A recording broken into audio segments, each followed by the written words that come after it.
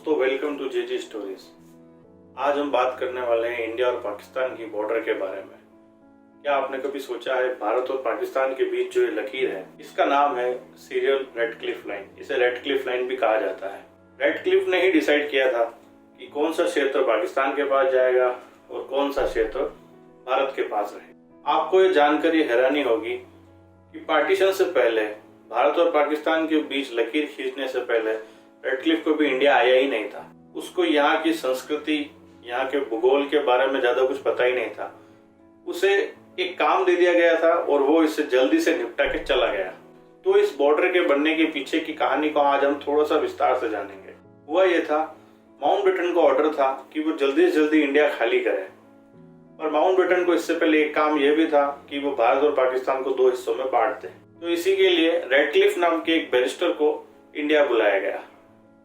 उसे सिर्फ इसी योग्यता पे बुलाया गया कि वो कभी इंडिया आया नहीं है, तो वो बिना किसी पक्षपात के भारत और पाकिस्तान का बंटवारा करेगा। उसको बुलाने के पीछे एक कारण यह भी था कि यहाँ पर जो दोनों साइड के नेता, यानी कि कांग्रेस और मुस्लिम लीग के जो नेता थे, वो आपस में डिसाइड ही नहीं कर पा रहे थे कि किसके पास क्या रहेगा।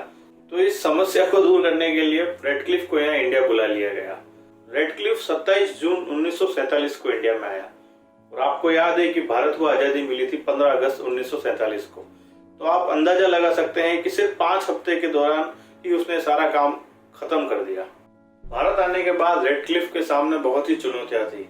उसको हिंदू मुस्लिम का ध्यान रखना था, उसको इरिगेशन सिस्टम का ध्यान रखना था, उसको नेचुरल रिसोर्सेस का ध्यान रखना था, उसको रेलवे लाइंस का ध्यान रखना था। उसके सामने दो ही मेजर स्टेट थे जिसको उसे काटना था। एक तो था पंजाब और दूसरा था बंगाल। इस पार्टीशन को करने के दौरान कई ऐसी घटनाएं जिसको सुनकर आपको हंसी आएगी। रेडक्लिफ ने जब पूरा पाकिस्तान डिजाइन कर दिया, तब उसे लास्ट में ध्यान आया कि मैंने पाकिस्तान के पास एक भी बड़ी सिटी नहीं छोड़ी है। तो एंड टाइम पर लाहौर को पाकिस्तान में दिया गया।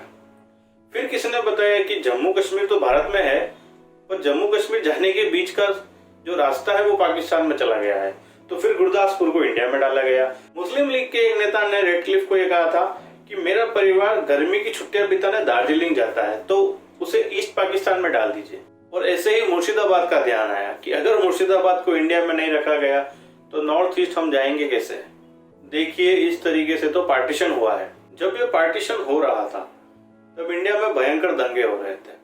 किसी को भी ये समझ नहीं आ रहा था कि हम कहाँ रहेंगे, हमारा गांव किधर जाने वाला है, हम भारत में जाने वाले हैं या पाकिस्तान में जाने वाले हैं। और इन माइग्रेशन के दौरान जो भयंकर दंगे हुए, उन दंगों में कम से कम 5 लाख लोग मारे गए और 1.5 करोड़ लोगों को अपना घर छोड़ना पड़ा। अगर इस पार्टीशन को थोड़ा डिले किया जाता, इसे थोड़ा वर्षों तक टाला जाता, तो इतना खून खराबा नहीं मचता। पर कुछ नेता ऐसे थे जो चाहते थे कि जल्दी से जल्दी 15 अगस्त से पहले सब कुछ डिक्लेयर हो जाए। 15 अगस्त के बाद हम इस पे कोई बात ही नहीं करना चाहते हैं। रेडक्लिफ का खुद का कहना था कि अगर मुझे इस काम को करने के लिए 2 से 3 साल दिए होते तो मैं इस मामले में इंडियन लोगों के साथ जस्टिस कर पाता, पर मुझे इसके लिए सिर्फ 5 हफ्ते दिए गए। और इन 5 हफ्तों में रेडक्लिफ ग्राउंड पे कभी गया ही नहीं, क्योंकि गर्मी बहुत थी। हाँ, उसको गर्मी लग रही थी, तो उसने सारा काम जो किया वो पुराने कुछ आंकड़ों के आधार पे किया और पुराने कुछ नक्शों के आधार पे किया, और नक्शे भी गलत थे। एक इंटरव्यू के दौरान रेडक्लिफ ने बताया कि अगर मैं ये काम करने के बाद इंडिया में रहता तो लोग मुझे मार डालते। इसीलिए पार्टीशन कंप्लीट करते ही उसने सारे कागज भारत को सौंपे और वो इंडिया छोड़ के चला गया। और उसके बाद कभी वो वापस इंडिया ही नहीं आया। आज यह बॉर्डर हिंदुस्तान और पाकिस्तान दोनों के लिए टेंशन बन चुकी है। आजादी के इतने सालों बाद भी आज भी हम अपनी सीमाओं के लिए लड़ रहे हैं। आप सोच के देखिए कि तेलंगाना राज्य बनने में, उसकी सीमाएं निश्चित होने में 13 साल लग गए।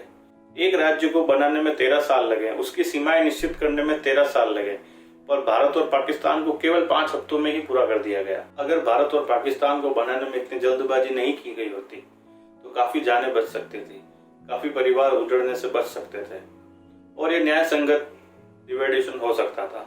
पर ये नहीं हुआ। उस समय भी जान गई, उस समय भी नुकसान हुआ और आज तक हो रहा है और आगे भी होगा। तो इस वीडियो को बढ़ाने का उद्देश्य क्या है? ताकि आपको पता लगे कि भारत और पाकिस्तान का बंटवारा कैसे हुआ, किसने किया और किस आधार पे किया। उम्मीद है आप सभी को ये वीडियो काफी पसंद आई होगी। तो आप इसे सबके साथ शेयर कीजिए, चैनल से जुड़ जाइए। धन्यवाद।